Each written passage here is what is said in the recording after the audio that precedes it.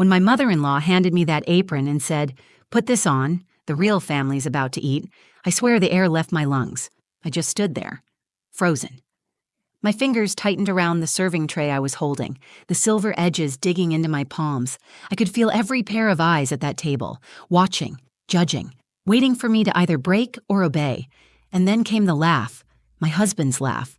Daniel, my Daniel. The man who once kissed my knuckles and promised me he'd protect me from the world.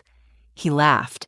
Not a belly laugh, not a snort, but a sharp, amused chuckle, like what his mother had just said was no big deal, just another quirky Elaine moment. I looked over at him, hoping, pleading, for something in his expression to tell me he saw it, that he understood how humiliating this was. But his eyes, they darted away, almost as if avoiding mine, and for a second I caught it, that flicker of guilt, barely there, but real. Still, he said nothing. A thick silence stretched across the room. You know the kind? Heavy and suffocating. The only sound was the gentle clinking of wine glasses as someone at the far end of the table tried to pretend this wasn't happening. Elaine stood tall, a perfect posture sculpted from decades of society brunches and Pilates. Her smile was tight, precise, practiced, not an ounce of warmth behind it.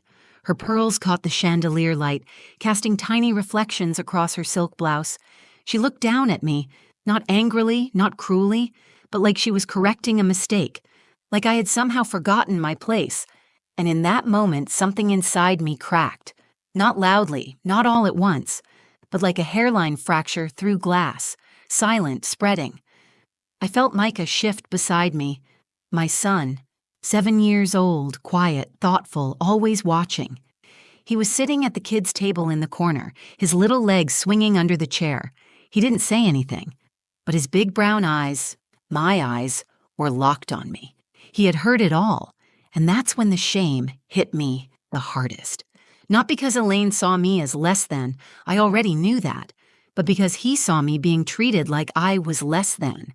And worse, because I didn't fight it. My throat tightened, and my vision blurred for a split second. I blinked hard, forcing it back.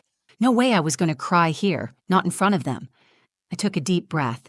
My hands trembled slightly as I set the tray down on the nearby counter.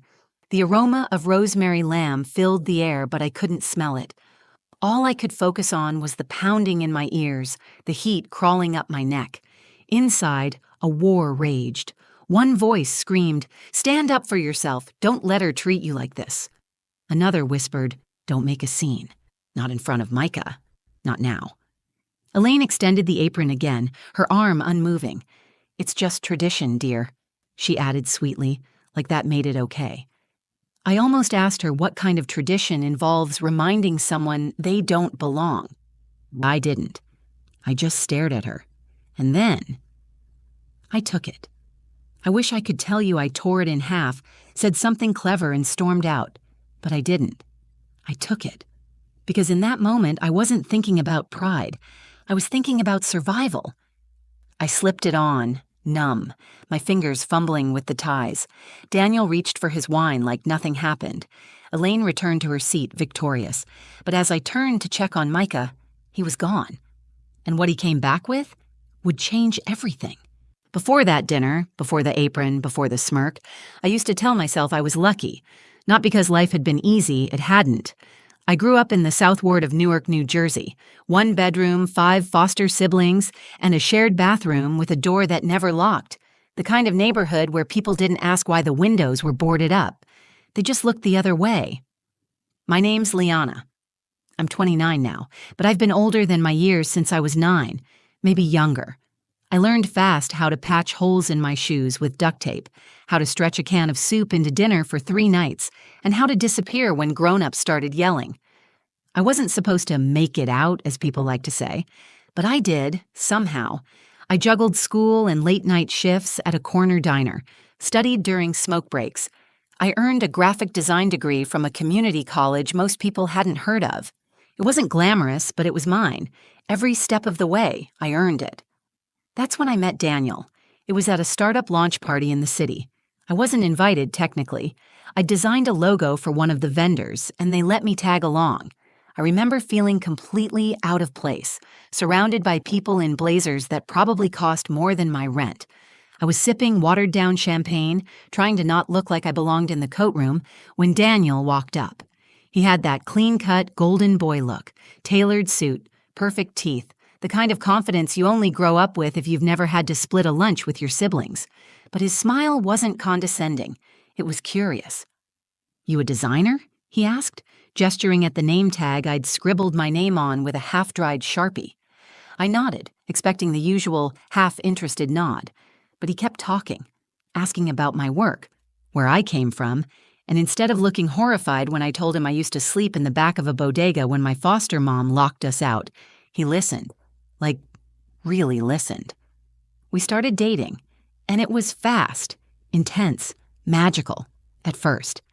He took me to places I'd only seen on TV, rooftop bars, wine tastings, charity galas. For a while, I thought maybe this was what fairy tales looked like in real life. I met his friends. Most of them were polite, a little too polished, and always asked the same question. Where did you go to school again? But the real test? Meeting Elaine, his mother. From day one, I could feel her smile pulling tight every time I spoke. She never outright insulted me, but she never let me forget the unspoken rule, "You're not one of us." I remember the first dinner at her home, how she introduced me as Daniel's little designer friend to her guests. Not girlfriend, not partner, just a project. But Daniel would laugh it off. "That's just how my mom is," he'd say, slipping his hand into mine. "She'll come around." I wanted to believe him. I really did. So when we got married 2 years later, quiet courthouse wedding, just the three of us, Daniel, me, and little Micah, I thought maybe things would finally shift. Maybe now, with a ring on my finger and a child between us, I'd truly be seen as family. But the truth is, some people don't change, and others don't want to see what's right in front of them. That night at dinner wasn't the beginning of Elaine's cruelty. It was just the first time she stopped hiding it. And as I stood in her kitchen, apron in hand, my son's eyes on me, I realized I had spent years trying to be accepted into a world that never planned to let me in. But what none of them saw coming was what Micah would do next. It was supposed to be a celebration. Our 5th anniversary. Daniel said his mother wanted to host a proper family dinner. Just us, Micah, and his parents. I should have known better.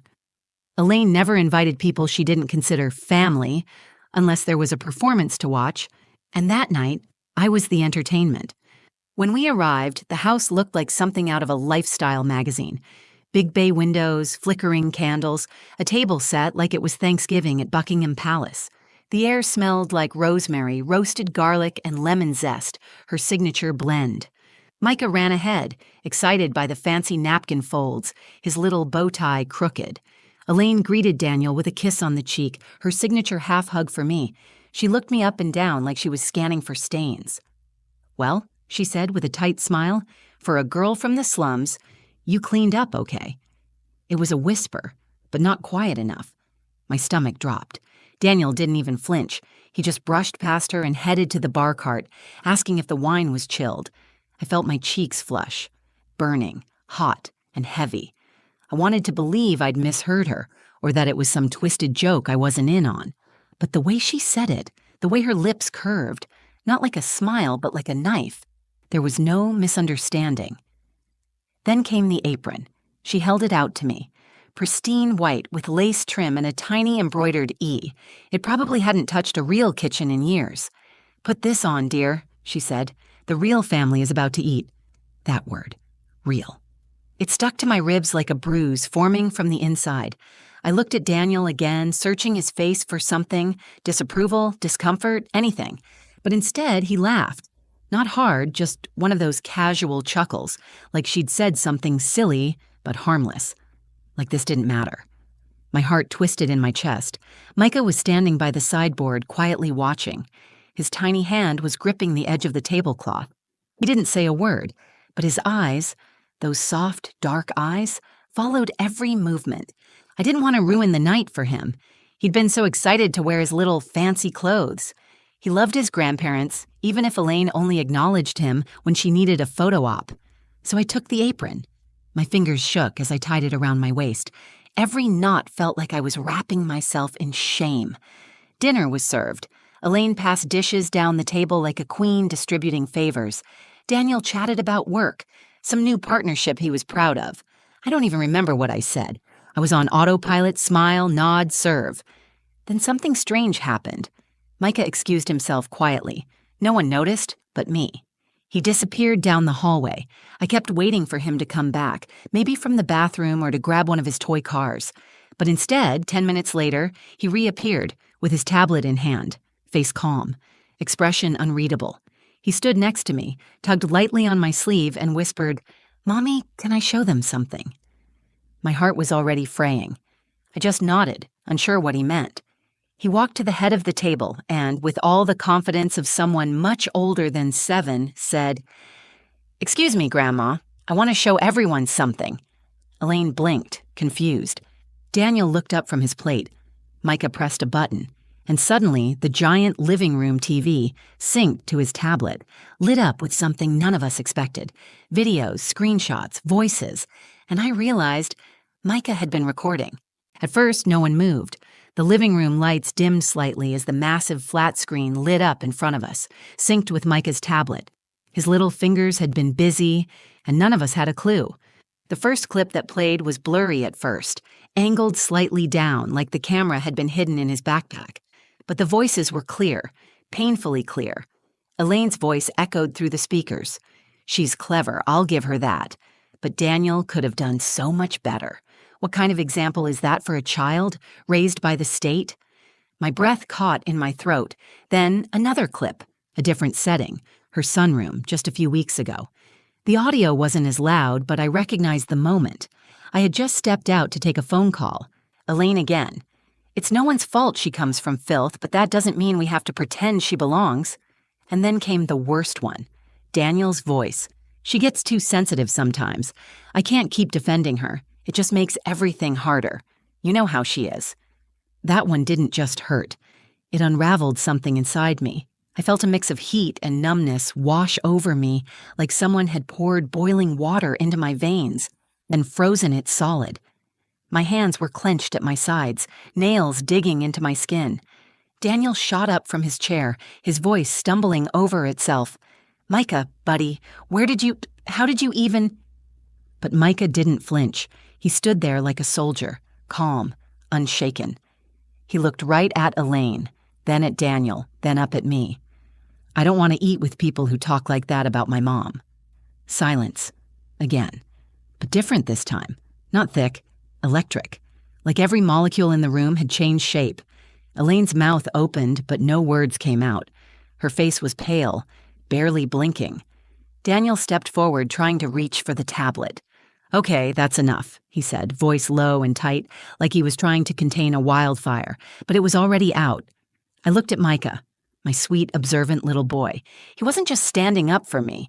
He was holding up a mirror for all of them, and maybe for me too. I had spent so long trying to prove I belonged, trying to shrink myself, soften my voice, fold my edges inward to be more digestible. For them. For this family. But Micah didn't care about their wine glasses or their cold smiles. He saw the truth, and he made them look at it too. I reached down and gently took the tablet from his hands. I pressed pause. The screen froze on Elaine mid-sentence, her expression caught in a sneer. I set it on the table. Then I untied the apron, slowly, deliberately. My fingers were steady this time. Elaine finally spoke, her voice brittle. "That was taken out of context." "No," I said, looking her dead in the eye. "It wasn't." I turned to Daniel next. He looked like a man unraveling, guilt and panic fighting for control. "I'm not angry you didn't defend me," I told him. "I'm angry you thought I wouldn't notice, that I'd just keep swallowing it, that our son would." He tried to respond, but I wasn't waiting anymore. I reached down, took Micah's hand, and said, "Let's go." And just like that, we walked out of that house.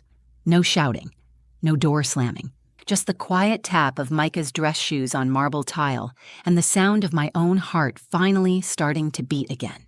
We didn't say a word until we got to the car. Micah climbed into the back seat, his tablet resting quietly in his lap, and buckled himself in without being asked. The streetlights cast long golden shadows across his face. I looked at him through the rearview mirror and saw something I hadn't noticed before: strength. He wasn't scared. He wasn't confused. He looked calm, steady. Like he'd done what he had to do, and he was okay with it. I sat there in the driver's seat, fingers curled around the wheel, my heart pounding so loud it felt like a bass drum in my chest. My mouth was dry, my body was tense. But somewhere underneath all of that, there was something else rising: clarity.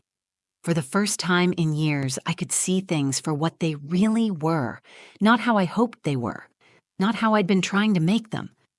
Micah broke the silence first. "Are we in trouble?" I turned in my seat, eyes stinging but smiling softly. "No, baby, we're not in trouble. You were brave. You told the truth. That's never wrong." He nodded, looking out the window. "Grandma was mean to you all the time. I heard her. I didn't like it." My chest tightened. I reached back and touched his knee. I didn't like it either. We drove home in silence, just the hum of the tires on the road and the whisper of the heater warming the car. I kept glancing at him, his head slowly leaning against the window, eyes starting to close. My boy, my little protector. When we got inside our apartment, I tucked him into bed. He wrapped his arms around me tighter than usual. "I love you, Mom," he mumbled. "I love you more," I whispered, kissing his forehead. Once he was asleep, I sat on the couch, hands folded in my lap, staring at the dark TV screen in front of me. My reflection looked tired, but not broken. Then my phone buzzed. Daniel. Of course. Missed calls, voicemails, texts. "Liana, please, let's talk." I didn't know he recorded that. "She didn't mean it like that." "I'm sorry, I'll fix it." Fix it? How do you fix years of silence? Of letting things slide? Of watching the person you love become a stranger who laughs at your pain? I didn't respond. He called again. I let it ring. The truth was, something had shifted. And not just in Daniel or Elaine. In me. I thought walking out would feel like a failure, like I was giving up on the family I tried so hard to build. But instead, it felt like freedom, like I was finally choosing myself, choosing my son. The next morning, I woke up to an email from Elaine. One line. "You've made your point. I hope you're happy." No apology, no ownership, just control dressed up in passive aggression. I deleted it without blinking. Later that week, I started looking at new apartments. Smaller, simpler. Just mine and Micah's. We didn't need much, just peace, love, and space to be seen as equals. Daniel kept reaching out, and to be honest, I didn't shut the door, not yet. But I made it clear, this time if he wanted to be part of our lives, he'd have to do more than apologize. He'd have to change, show up, speak up. Every time. But whether he did or not, I wasn't waiting anymore. Micah had already shown me everything I needed to know. That night at the dinner table, he didn't just stand up for me. He reminded me who I am, and that I'm already enough. People always talk about the moment everything changes, like it's some dramatic explosion or a door slamming shut. But for me, change felt quiet, like something slowly unclenching inside my chest after years of being squeezed too tight. It didn't happen overnight. I didn't wake up the next morning with a new life. But I did wake up knowing the old one was no longer welcome. In the days that followed, I started unpacking pieces of myself I hadn't touched in years. Not just the version of me who worked 2 jobs and still made it to class, not the survivor, but the woman I was before I tried to shrink myself into Daniel's world, the one who knew what she wanted and what she'd never tolerate again. I made lists. I filled notebooks. I reached out to friends I'd drifted from, people who'd always seen me, not just as Daniel's wife or Elaine's disappointment, but as Liana, smart, creative, whole. Micah and I settled into a routine that felt real. He stopped asking about Grandma. He didn't mention the video again either. I think, in his mind, it was done. He saw something that didn't feel right and tried to make it right. That's it. There's a purity to kids, one I hope the world never strips away from him. Daniel came by a couple times, always carefully timed, after school, before bedtime, never unannounced. He apologized, more sincerely this time, said he was in therapy, that he was unpacking a lot of things he'd ignored for too long. I listened. I didn't promise anything. Love doesn't disappear just because someone fails you. But trust? That has to be rebuilt, slowly, brick by brick. And I told him, if he wanted a future with us, he'd have to earn it this time. No more passing silence off as peace. Elaine never reached out again. And honestly, I didn't expect her to. People like her don't often believe they're the problem. But that's okay. I'm not waiting for her validation anymore. I used to think being part of a family meant being liked, being approved of, fitting into someone else's mold. But now, I know that family isn't who opens their doors for you. It's who stands beside you when you're hurting, who speaks up with you, not over you, who makes space, not conditions. Micah gave me that lesson, without even knowing it. That dinner? That moment with the apron and the smirk and the humiliation? It used to live in my head like a scar. But now, it's a turning point. It's the moment I stopped trying to be good enough for people who couldn't see my worth. Now, when I look in the mirror, I see her again. The girl from Newark who never had much, but knew how to build, how to survive, how to rise. I see a mother raising a boy who speaks truth without fear, a woman who stopped apologizing for being exactly who she is.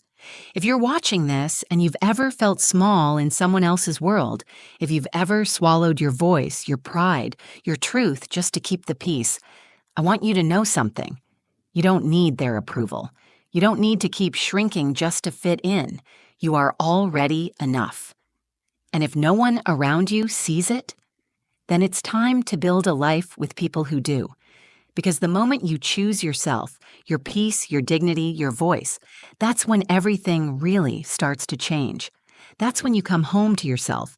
And if this story touched you in any way, if you saw even a piece of yourself in it, I'd love to hear from you. Drop a comment below. Tell me your story, or just say hi.